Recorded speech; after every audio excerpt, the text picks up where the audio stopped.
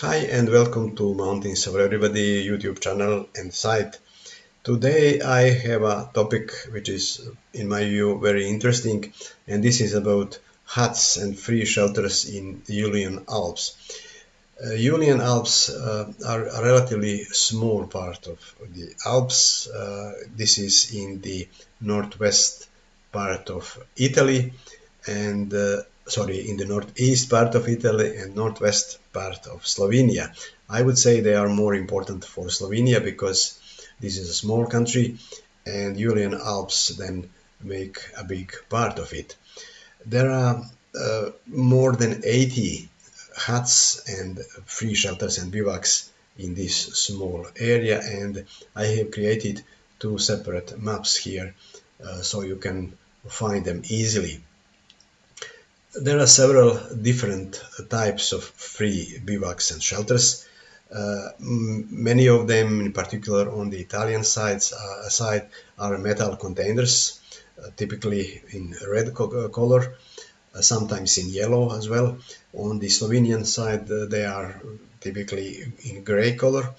And inside, you have basic equipment. Typically, you have beds with mattresses, and in many of them also with blankets. Then there are also some great shelters that are built from wood, and here is one excellent example. This is Luka Vujeric bivouac, and it is described in detail in my separate post. So you see it is on the top of a mountain, and you see how it looks incredibly attractive, and inside with everything to sleep. This bivouac is always open, it's never locked, so you can go there anytime and have a pleasant night. This is the toilet on the top of the mountain. The one that I show here in the picture is on the Slovenian side, and again this is a wood structure.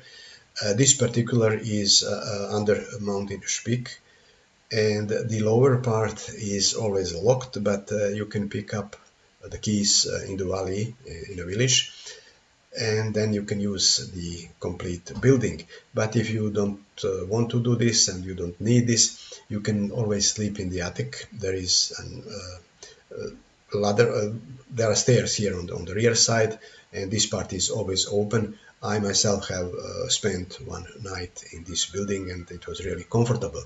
As you see, it is located in the woods, but actually it is very close to the cliffs of Mountain Spik, where you have area for true alpinists. And some of these shelters are actually hunters' huts. And again, I have one great example here. This is from my tour to Bavski Grintavec. It is on the Slovenian side, and this is what you will see on your way up. This is a cabin with the lower part, which is locked all the time. But there is again attic with the mattresses, from what I remember, and you can sleep inside. This part is always open. And finally, there are several of them that are completely new and modern, and one of them is on Mount Canin. This is an incredible structure. Actually, I have a separate text about my tour to Canin, and then I added several pictures here about this particular shelter. You see how it looks, and this is view inside, and this is view towards Bovec city area, which is in the valley far below. This shelter is of course always open. Previously I have seen some information that you have to pick up the key somewhere in Bovec, but actually when I was there it was open, so my understanding is that it is always open. So I have created this map which is interactive, as you see, and here is the border between Slovenia and Italy. Those on the Italian side are with red markers, and I use yellow for the Slovenian side. There are 27 right now. 14 on the Italian and 13 on the Slovenian side.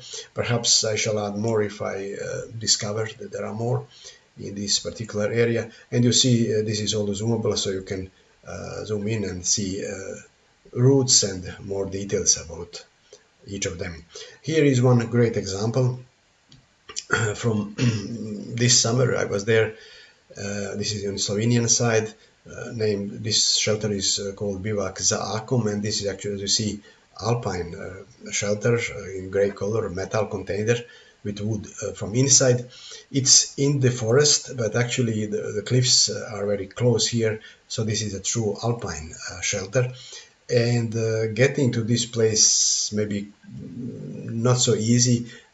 I had to go twice to find it because the route to it is not marked.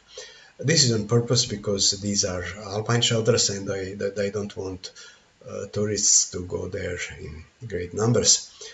There is wood, there is stove inside, so I stayed there a few hours and it was really pleasant. Nobody around, of course. Some of them you simply cannot find. Perhaps this could be done if you have a GPS, but I am still in 19th century. I use maps, and this is about bivouac 2 on Jezerich, which I tried to find last summer. I was there, spent several fruitless hours, and I couldn't locate it. So this is the location. You see, coordinates are there. When you get into this area, you see that there is something on the map that looks like a route, but actually when you get there, you will see many routes, and you simply don't know which one to follow.